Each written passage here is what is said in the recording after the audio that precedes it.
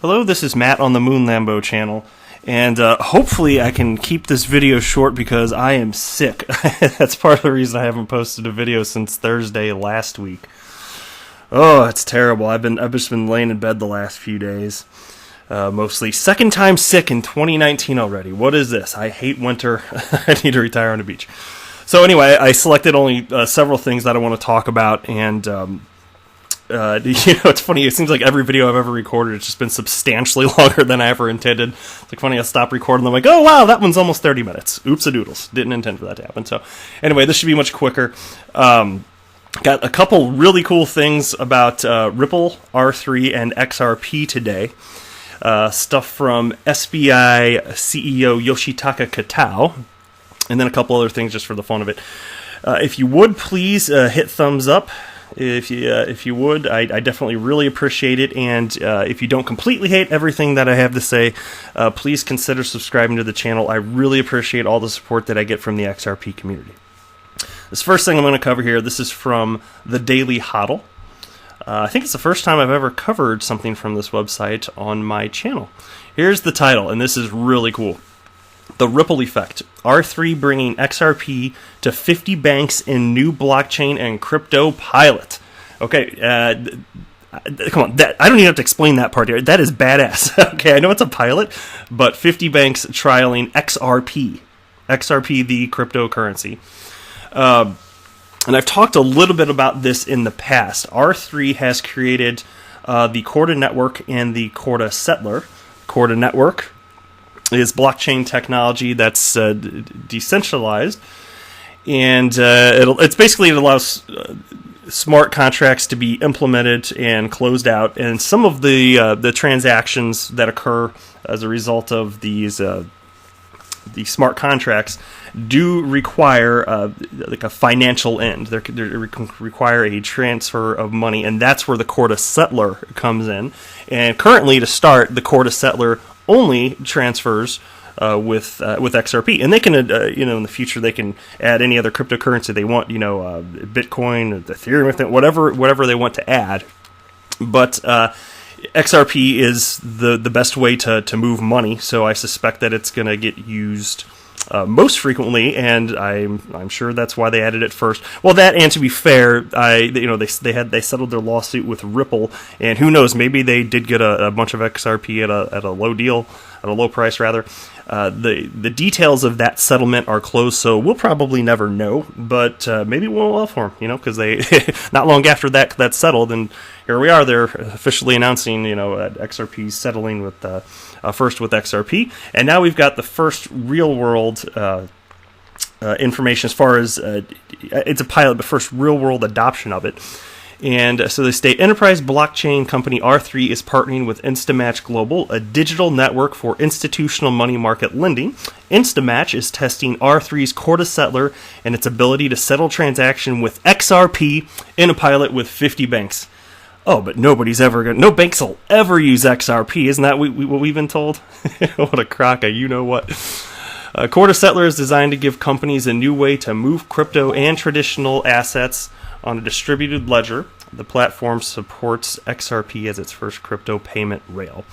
So this is cool stuff. I'm going to be watching this to see how this unfolds. Presumably it will go well. I don't know why it wouldn't. There's real utility to using XRP as a means for settlement. So to me it seems like a no-brainer. And it's just interesting that the first pilot with this massive quantity of banks using XRP didn't come from Ripple. That's worth noting, And that's why I love it. This is completely decentralized technology. Anyone can build on the XRP ledger if they want to. And it came from R3 and their partner, Instamatch Global. Very cool stuff. So let's see where this one goes. I'll keep reporting on it as we get more news. Next, this is another really fun one. This is from Cointelegraph, titled, CEO of Japanese finance giant SBI vests his crypto industry hopes in Ripple and R3.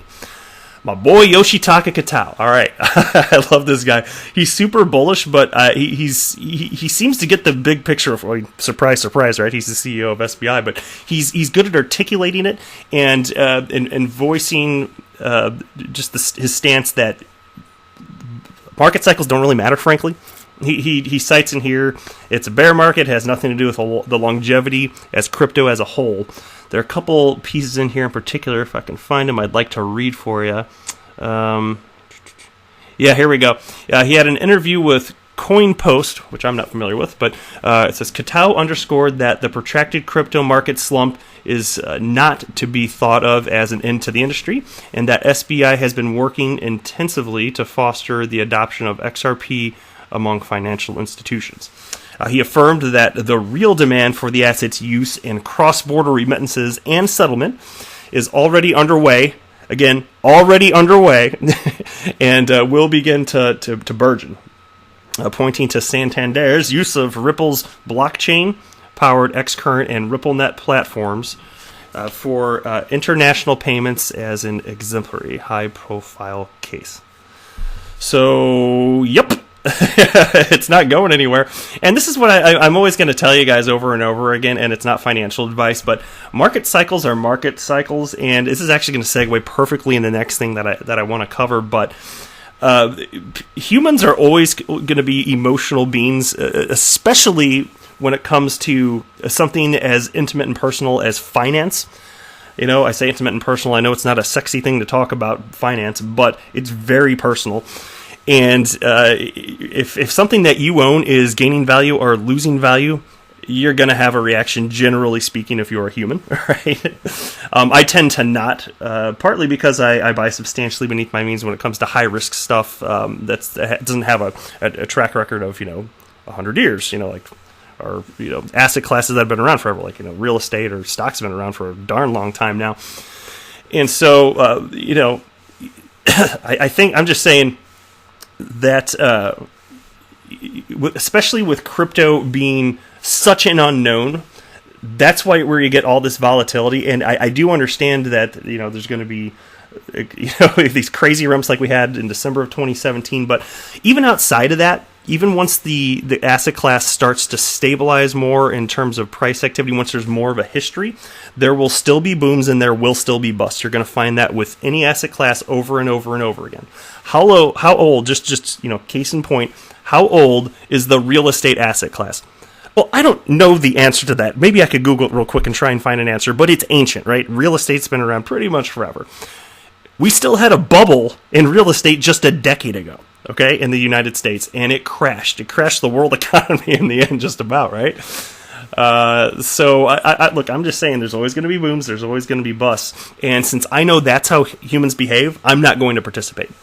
If I know that something's, or at least I personally believe something's going to be around for a long time, when prices are low, I may be inclined to buy more. When prices are high, I may be inclined to buy less if I feel like it's in a bubble. Just like, stocks, I think they're currently in a bubble. And real estate's probably in a bubble again, to whatever degree. Maybe not as severely as what happened when the real estate bubble popped in 2008, but still, market cycles, right? So that's why it was cool to see this from Yoshitaka Katao. XRP, it's here to stay. It's not going away. So I think this will segue perfectly into this. You guys, seriously, if you're on Twitter, you've probably seen this a bazillion times. It always gets posted, but I haven't shared it with you. And if you're not aware, it's a fun thing to read through because it pertains to what I'm talking about here with the psychology of a market cycle. And if you're looking at this on a screen here, you can see, it actually kind of does look like like Bitcoin. It's run up in 2017 and then it's bust in 2018. It's funny enough. So it's like a little line chart here with with price on one side and then time on the other. And anyway, so here's the cycle. It states, first, there is hope. A recovery is possible, so presumably this is starting at the, after there had already been a bubble. It's just, because this repeats over and over again. The psychology of humans, it's just going to keep playing out. I understand humans behave like this, okay? And that's what this is getting at. So there's disbelief this rally will fail like the others. Next, optimism as it's ramping up here. You can see the price ramping up. This rally is real. And then it goes higher. Belief, time to get fully invested. And then thrill, it's just euphoria. Oh no, the next one's euphoria. Thrill, I will buy more on margin. Gotta tell everyone to buy. Next is euphoria. This is where the all-time high hits. It says, I am a genius. We're all going to be rich. How many people probably said that in December 2017? But then complacency, because it starts to go down, there's a little volatility, complacency. We just need to cool off for the next rally. And there's anxiety as it's continuing to drop. Why am I getting margin calls? This dip is taking longer than expected. Then there's denial as it continues to go down. My investments are with great companies. They will come back. Then it drops more, and there's panic. Everyone is selling. I need to get out. And then it dips just about to the bottom, and there's anger. Who started? Who shorted the market? Why did the government allow this to happen? And then it hits the bottom, and there's depression. My retirement money is lost. How can we pay for all this new stuff? I am an idiot. And then it goes back to disbelief. This is a sucker's rally, and then it just repeats. Now, this specifically is the psychology of, it says market cycle, but I think they were specifically getting at stocks. Of course, Wall Street, a cheat sheet. But what's interesting is, and I've read enough to have learned this, the psychology of markets, it's the same in every type of asset class. And if there's any sort of market, this is just how humans behave. So, yes, it can be more volatile in a newer asset class like cryptocurrencies. Fair enough, but the pattern itself, it's true in all asset classes. That is worth knowing. So anyway, I just thought I'd share that with you guys in case you hadn't seen it. And even if you have, it's a good refresher. It's a good reminder. Last thing I want to mention today, this has kind of made me chuckle, so I thought I'd point it out. This is from Stu XRP, who actually, I try to file everybody that's part of the XRP community on Twitter, so I'm going to follow him right now. He wrote, up 4 cents. This is earlier day, so up 4 cents, can't sleep. 589, Moon, Lambo, F off. And so I read that, I started laughing. And so every time, and it's a joke, so he wrote Moon, Lambo, and he's joking, of course. And anytime I see somebody write that on Twitter, I respond. So I just had a little stupid comment here, and I wrote, "You call for Moon Lambo at your service," because the reason I wanted to highlight this, actually, I've explained this one time in one of my videos, so probably just about nobody's heard it. My name, Moon Lambo, is an absolute joke. I have a sense of humor, okay?